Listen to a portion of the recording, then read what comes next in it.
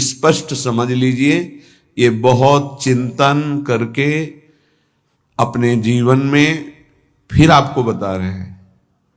भगवत प्राप्ति में सबसे बड़ी बाधा क्या है? हमारा मन। मन का स्वरूप संकल्प विकल्प करके भोगों में फंसाना। मन से हमारी इतनी घनी दोस्ती हो गई है जन्म जन्मांतर से कि मन ने जो चाहा वो मेरी चाह है, यही बंधन है, यही बंधन, इसी को पकड़ना है। मन ने जो चाहा, मन चाहता क्या है? 5 ज्ञानेंद्रियों के द्वारा भोगे जाने वाले समस्त विषय, जितने त्रिभुवन में भोग हैं उन सबको 5 में स्थित कर दिया गया। शब्द, स्पर्श, रूप, रस, गंध, और 5 ज्ञानेंद्रियों के द्वारा इनको जाना जाता है, ज्ञान होता है इनका। और इन भोगों को भोगने के लिए मन संकल्प विकल्प बनाता है। मन को मैं मानकर, मन को अपना मानकर हमारी दुर्गति हो गई, हम बंधन से युक्त हो गए, दुख पर दुख भोगते चले जा रहे हैं। सुख की लालसा से सुख भोग क्रिया, परिणाम भयानक दुख, इसका मूल मन। मन को सुधारना केवल इसकी मित्रता को हटा देने से होगा, दूसरा कोई उपाय नहीं है। ये आप अच्छे से समझ लीजिए। मन को यदि सुधारना है तो इससे दोस्ती हटानी पड़ेगी। बहुत कठिन है इससे दोस्ती छोड़ना। ये जो चाहता है वही मेरी चाह है, ऐसा हमें भ्रम हो गया है। ये अशांत तो हम अशांत, ये शांत तो हम शांत, ये भोगों में तो हमें चाहिए भोग, मैं भोगता। बड़ा विचित्र ये बंधन हो गया है। अगर समझ पा रहे हो, मन की दोस्ती, मन में तन्मयता, मन में अपनापन, यही हमारी मन की गुलामी का मुख्य कारण है, यही बंधन है। जब तक हम मन से दोस्ती नहीं हटा देंगे, मन में तदात्मता जो हो गई उसे नहीं हटाएंगे, अपनापन जो हो गया उसको नहीं हटाएंगे, तब तक इस पर शासन नहीं कर पाएंगे। जब तक मन को अधीन नहीं कर पाएंगे तब तक भजन नहीं हो सकता। भजन की बातें हो सकती हैं, फिर भजन की बातों से हम सम्मान चाहते हैं, रुपया चाहते हैं, नाना प्रकार के भोग चाहते हैं, मनोकामनाओं की पूर्ति चाहते हैं। वो इन के इन प्रकार फंसा के ही रखता है, वो मुक्त नहीं होने देता। इसीलिए शास्त्रों में कहा गया है, बंधन और मोक्ष का कारण तुम्हारा मन ही है। विषय चिंतन, भोगों में लगा हुआ मन बंधन का कारण है। भगवत चिंतन, प्रभु में लगा हुआ मन मोक्ष का कारण है। स्पष्ट वर्णन किया गया है। इसलिए धैर्यपूर्वक अंतर्मुख होकर के इस मन से दोस्ती हटा दीजिए। ये बिना सत्संग के आप इस युक्ति को नहीं जान पाएंगे। आप इंद्रियां नहीं हैं, आप मन नहीं हैं, आप शरीर नहीं हैं, आप प्राण नहीं हैं, आप भगवान के अंश हैं, ये प्रकृति के अंश हैं, आप परमात्मा के अंश हैं। अपने को भूलकर इनकी अधीनता स्वीकार करके हमारी ये दुर्गति हो गई कि हम तुच्छ विषयों के अधीन हो गए। ऐसा लगता है यदि मन हमारा साथ नहीं देगा तो हम तो किसी काम के नहीं रह गए। अगर हम भोग नहीं भोगेंगे तो हमारा जीवन ही क्या रह गया। ये भ्रम बैठ गया है। यद्यपि आप पूर्ण काम हैं, आपको किसी भी वस्तु, व्यक्ति, स्थान, भोग की किंचिन मात्र आवश्यकता नहीं है, पर आपका ये मन आपको अधीन करके भोगों में सुख है, यही जीवन है, यही लाभ है, ऐसा भ्रम करा दिया है। उसी भ्रम को दूर कराने के लिए श्री भगवान गुरुदेव के रूप से, शास्त्र रूप से, नाना प्रकार के धर्मार्थ कार्यों के रूप से, कि इससे मन पवित्र होगा। पवित्र मन निष्काम होता है, अपवित्र मन कामी होता है।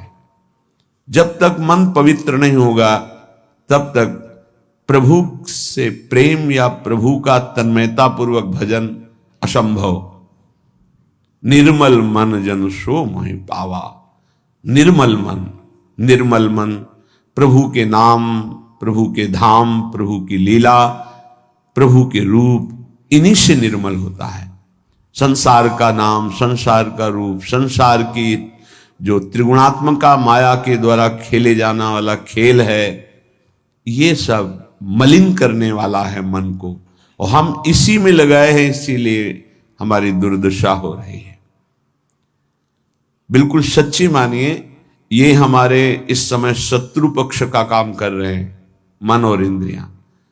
देखो, कई बार का ध्यान दीजिए, पैसा दे के ये जानते हैं कि इसमें जो नाटक हो रहा है वो बिल्कुल झूठा है। आप जाते हैं, आप वहां 3 घंटे बैठते हैं, कोई मन को विक्षेप नहीं, कोई मन भागेगा नहीं कहीं, आराम से आपको 3 घंटे साथ देगा। लेकिन 30 मिनट माला उठाइए, देखिए फिर इसकी चाल कितना भागता है। तो शत्रु हुआ या मित्र? गलत कार्य के लिए पूरा तन्मयता होकर साथ देगा, भगवत कार्य के लिए एकदम खिलाफ हो जाएगा। तो इसकी चाल को नहीं समझ रहे। हमारा मन हमारा दुश्मन है इस समय। इससे हमारी मित्रता का मतलब है बंधन, मित्रता का मतलब है सर्वनाश।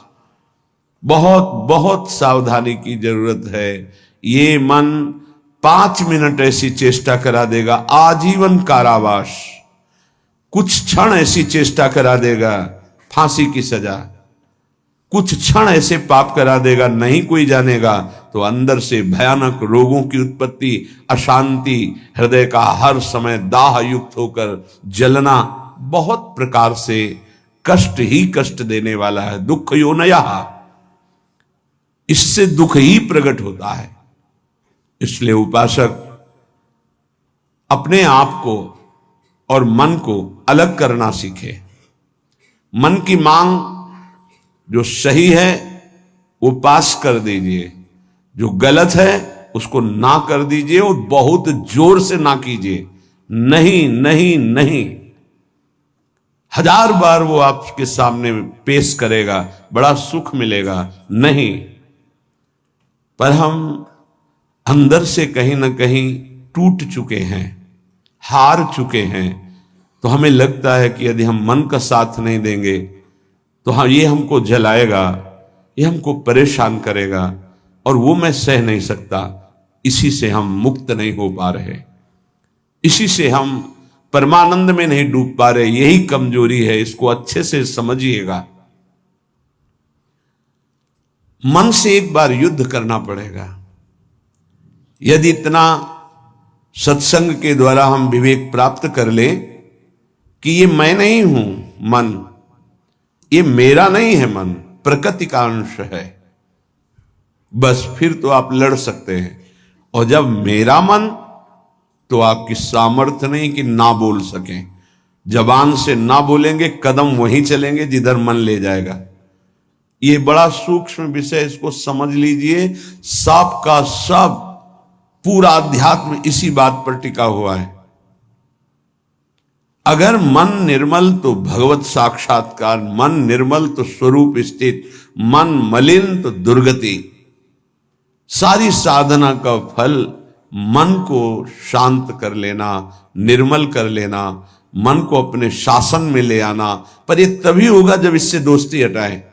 यहां दोस्ती क्या, मन की मांग मतलब मेरी मांग, मेरी मांग मतलब अब पूर्ण ही होना चाहिए, कुछ भी हो।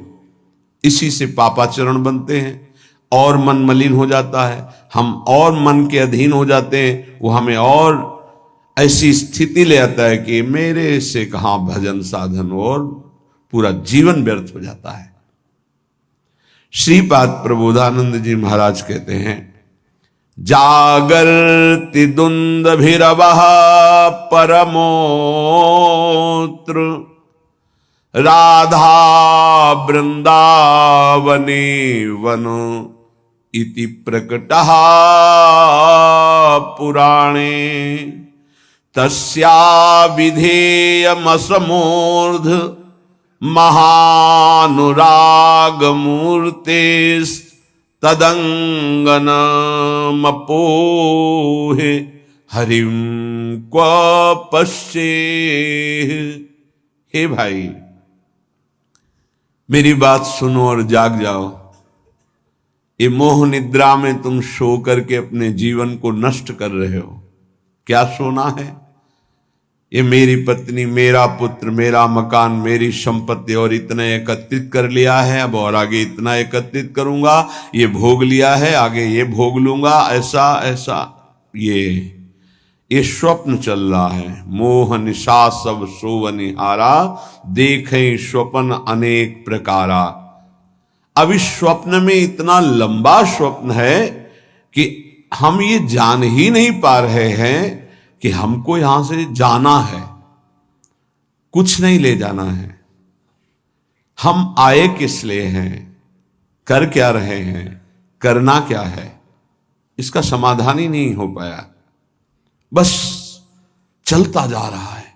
दूसरे को दाह संस्कार करके शौक आता है, समझाता है दूसरों को, खुद नहीं समझता कि यही दशा मेरे शरीर की होने वाली है। फिर इसके बाद कोई नवीन शरीर मिलेगा जिसमें हम साधना नहीं कर सकते, जिसमें हम बंधन से मुक्त नहीं हो सकते। इसलिए जागो,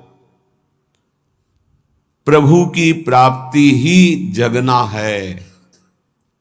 जहां तुम्हारे हृदय में भाव आया कि मुझे इस जन्म में भगवत साक्षात्कार करना है, जीवन मुक्त होना है, जगना प्रारंभ हो गया। अगर ये चाह नहीं आई तो सो रहा है, चाहे कोई भी हो। 18 पुराण कंठस्थ हो, चारों वेद कंठस्थ हो, लेकिन लक्ष्य भगवत प्राप्ति नहीं है तो सोया हुआ है। जगा हुआ पुरुष वही माना जाता है। मोह का नाश होकर ज्ञान का प्रादुर्भाव हो जाना। होय विवेक मोह भ्रम भागा, तब सब विषय विलास विरागा। जगा हुआ पुरुष जिसके हृदय में बात आ गई है, मुझे स्वरूप स्थित होना है, भगवत प्रेम प्राप्त करना है, भगवान से मिलना है, पक्का इस जन्म में मिलना है भगवान से, ये बात आ गई, वो जगा हुआ पुरुष है। तो ये बात जान लो कि भगवान कहां मिलेंगे। श्रीपाद कहें, ये हम डंके की चोट से कहते हैं कि हमारी लाडली जू परम पावन वृंदावन धाम में अभी इसी क्षण लीला परायण है। राधा वृंदावने वन इति प्रकटः पुराणे, बहुत से शास्त्रों में ऐसा वर्णन, गर्ग संहिता देख लीजिए, पाताल खंड में ब्रह्म वैवर्त पुराण में बहुत सुंदर वर्णन है, जगह जगह वर्णन है। तो जहां हमारी किशोरी जो है वहीं प्रभु विराजमान है। अब सूक्ष्म विषय इसका, किशोरी जो प्रेम रूप है, जहां प्रेम है वहीं हरि है। प्रेम के बिना हरि का साक्षात्कार नहीं हो सकता। प्रेम का मूर्तिमान स्वरूप हमारी प्रिया जो है, इसीलिए हम कहते हैं राधा राधा राधा, क्योंकि राधा उच्चारण किया तो जिनका नाम राधा है वो देखे, और जिनको प्राण प्रिय है वो देखे। प्राण प्रिय है हरि को, हरि रसना राधा राधा रट, स्वयं हरि जो राधा राधा रटते हैं, और किशोरी जो प्रिया प्रीतम दोनों हमारी तरफ देखेंगे राधा उच्चारण से। तस्या विधेय मसमूर्ध महानुराग, किशोरी जी की कृपा से ही महाअनुराग प्रकट होता है। महाअनुराग में ही हरि का साक्षात्कार होता है, प्रिया प्रीतम का साक्षात्कार होता है। इसलिए अगर हमारे वाक्य को आप समझ पा रहे हो, श्रीपाद कह रहे हैं, तो आप वृंदावन का आश्रय ले लीजिए। अगर अखंड वास नहीं प्राप्त हो पा रहा तो आश्रय ले लीजिए, रजरानी का सेवन कीजिए, धाम आइए, बार बार यहां दर्शन कीजिए, प्रदक्षिणा परिक्रमा कीजिए, बैठकर एकांत में नाम जप कीजिए। बहुत बड़ा प्रभाव धाम में जो भजन करता है तो बहुत कई गुना बढ़ करके उसको लाभ मिलता है। इसलिए यहां बहुत जल्दी भगवत प्राप्ति होती है। मथुरा में 6 महीने में भगवत साक्षात्कार कर लिया ध्रुव जी ने। देखो 6 महीने भी बहुत होते हैं। अगर व्याकुलता बढ़ जाए, तन्मयता हो जाए, तो 6 मिनट में भगवान साक्षात्कार करा दें। वो बहुत कृपालु है। मिलंति चिंता मणिकोटि कोट्या, अब ये बात समझनी है। स्वयं बहिर्दृष्टि मुपैति वा हरिः, तथापि वृंदावन धूलि धूसरम न देहमन्यत्र कदापि आतुमे। एक तरफ हरि है, एक तरफ करोड़ करोड़ प्रकार के सब भोग सामग्री, महान रत्न, रुपया, पैसा, सोना, चांदी, सब वैभव है।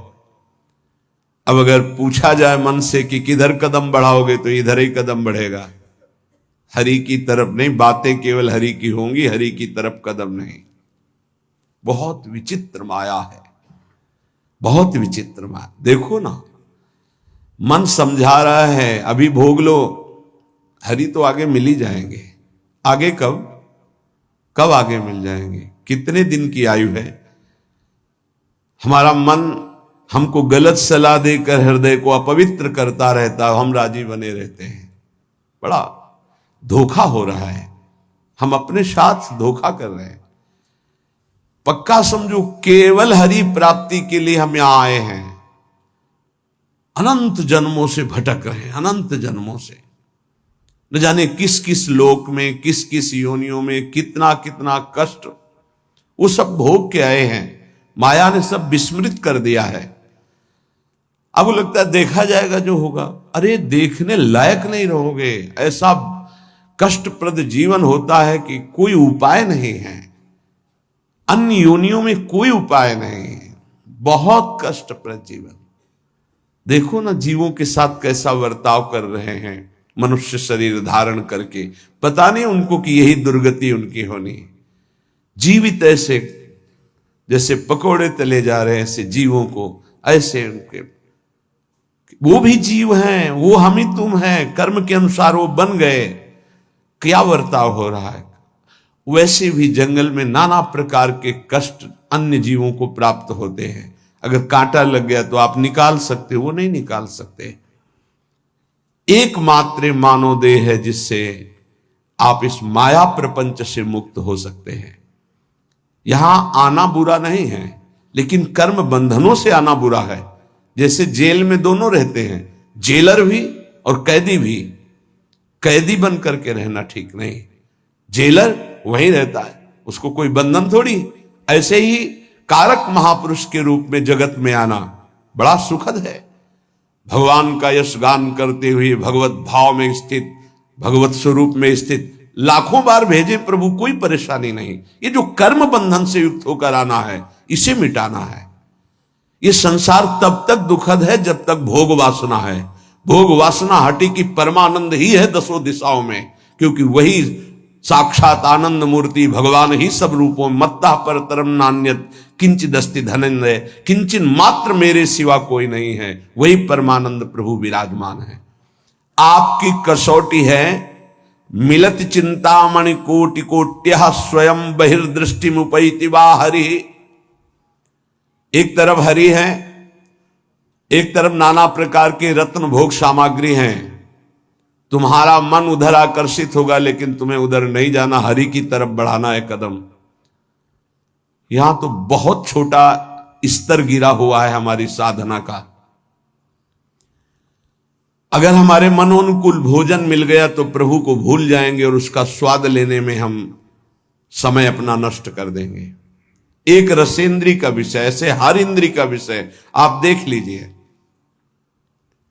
आपके मनोनुकूल कोई गाना, कोई नाटक, कोई सिनेमा, कोई आप देख लीजिए, प्रभु को भूल जाएंगे आप उस समय, और उस पे आपका मन तन्मय हो जाएगा।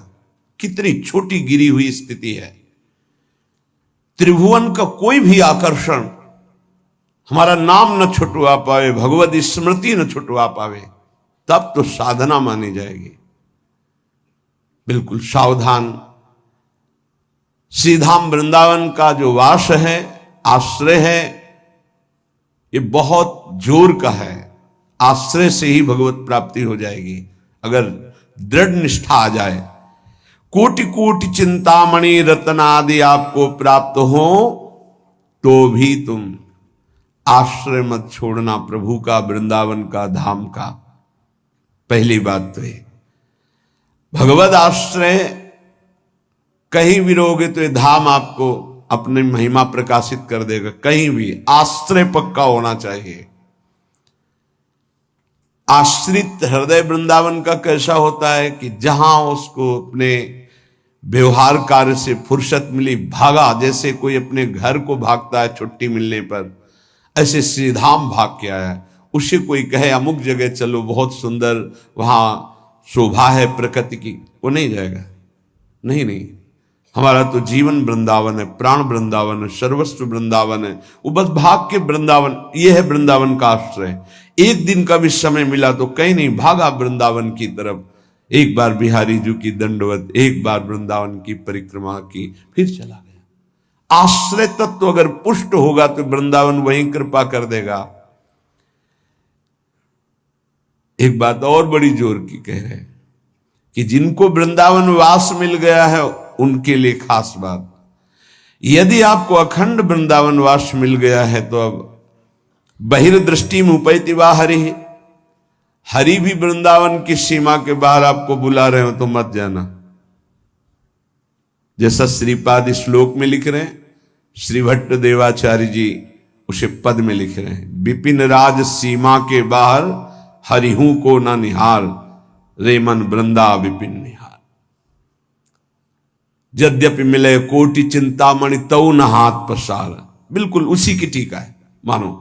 जय श्री भट्ट धूलि धूसरतन यह आशा और, तथापि वृंदावन धूलि धूसरम न देह मन्यत्र कदापि आतु में। वृंदावन की रज से सना हुआ हमारा शरीर और अंतिम श्वास यही पूरी हो राधा, वो बात बन गई जो बड़ी बड़ी साधना से नहीं बनती। बड़ी बड़ी साधना से अंदर की खास बात है। अपने को भूल जाना और प्रभु के चिंतन में तन्मय हो जाना, यह भक्ति का लक्षण है। सब कुछ भूल जाना, अपने स्वरूप में स्थित हो जाना, यह ज्ञान का है। इसके अलावा भगवान की माया का प्रभाव है। बड़ी विडंबना है। भगवान की कृपा से जब कोई साधन बनता है तो हम भगवान की कृपा ना कह करके, भगवान की कृपा ना मान करके हम उसमें अपना अहम आरोपित कर लेते हैं। इसलिए हमारी साधना बाधित हो जाती है और हम विक्षिप्त हो जाते हैं। विक्षेप पड़ जाता है साधना में। किसी के मुख से सुन रहे थे कि मैं केवल प्रवचन नहीं कर रहा हूं, इतना समय हो गया ये नहीं खाया, ये नहीं पिया, ऐसा ये त्याग। अरे सब देहाभिमान के अंतर्गत है, इसका कोई महत्व नहीं है। मछली जल में रह करके पूरा जीवन व्यतीत करती है केवल जल पी करके। केचुआ केवल मिट्टी खा के रहता है। कितने पंछी केवल फल खा के रहते हैं। क्या भगवत प्राप्ति हो जाती है क्या? ये साधन देह विस्मृत करने के लिए है कि जो कुछ मिला थोड़ा डाल दिया, बस नाम चिंतन, भगवत चिंतन। चिंतन इस बात का कि एक एक दिन हम प्लस जोड़ रहे हैं कि ये नहीं खाया, ये नहीं पिया, ये नहीं त्याग। ये तो प्राकृतिक क्रिया है, इसका कोई महत्व है क्या? देह धर्म से युक्त होकर, देहाभिमान से युक्त होकर ऐसी चेष्टाओं में साधक उन्नति नहीं प्राप्त करता, गर्व करता है और पतन हो जाता है। महाराज ययाति का सुकृत नष्ट नहीं हो रहा था। बड़े समय से उत्तम लोकों में विमानों से घूम रहे थे। देवराज इंद्र ने एक बार उनको बुलाया, महाराज आपने कौन सा सुकृत किया कि आपके दिव्य लोक सुरक्षित हैं, अर्थात आपका पतन नहीं हो रहा, आपके पुण्य नष्ट नहीं हो रहे। तो सभा में जब ऐसा पूछा तो अहम उदित हो गया। महाभारत में भगवान व्यासदेव जी वर्णन करते हैं। उन्होंने कहा ना कोई ऐसा हुआ है, ना है, ना आगे होगा। जैसा मैंने दान किया, तप किया, सुकृत किए, बस ऐसा निकलना था कि सारे सुकृत भस्म हो गए। देवराज इंद्र ने कहा विश्व के समस्त ऋषियों का, महात्माओं का, धर्मात्माओं का आपने अपमान कर दिया, आप भ्रष्ट हो जाए। उसी समय सर के बल नीचे ऐसे मृत्युलोक की तरफ आने लगे। तब उन्होंने आर्त भाव से कहा गलती हो गई हमसे, हमारी अंतिम प्रार्थना, जा तो रहा हूं नीचे के लोक में लेकिन महात्माओं के बीच में गिरूं। तो कुछ महात्मा ऐसे खड़े हुए, महाराज शिवी भी उसमें थे, भगवत चर्चा संभाषण कर रहे थे। देखा कोई तेजों में पतन की स्थिति से आ रहा है गिरता हुआ, तो ये कोई पुण्यात्मा है। रोक दिया अपने भजन बल से।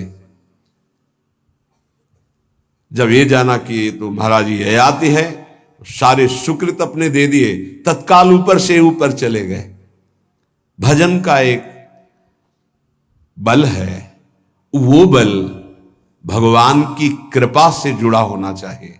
अगर अहम से जुड़ गया तो पतन होने में देर नहीं लगती। इस बात में साधक बहुत सावधान रहे।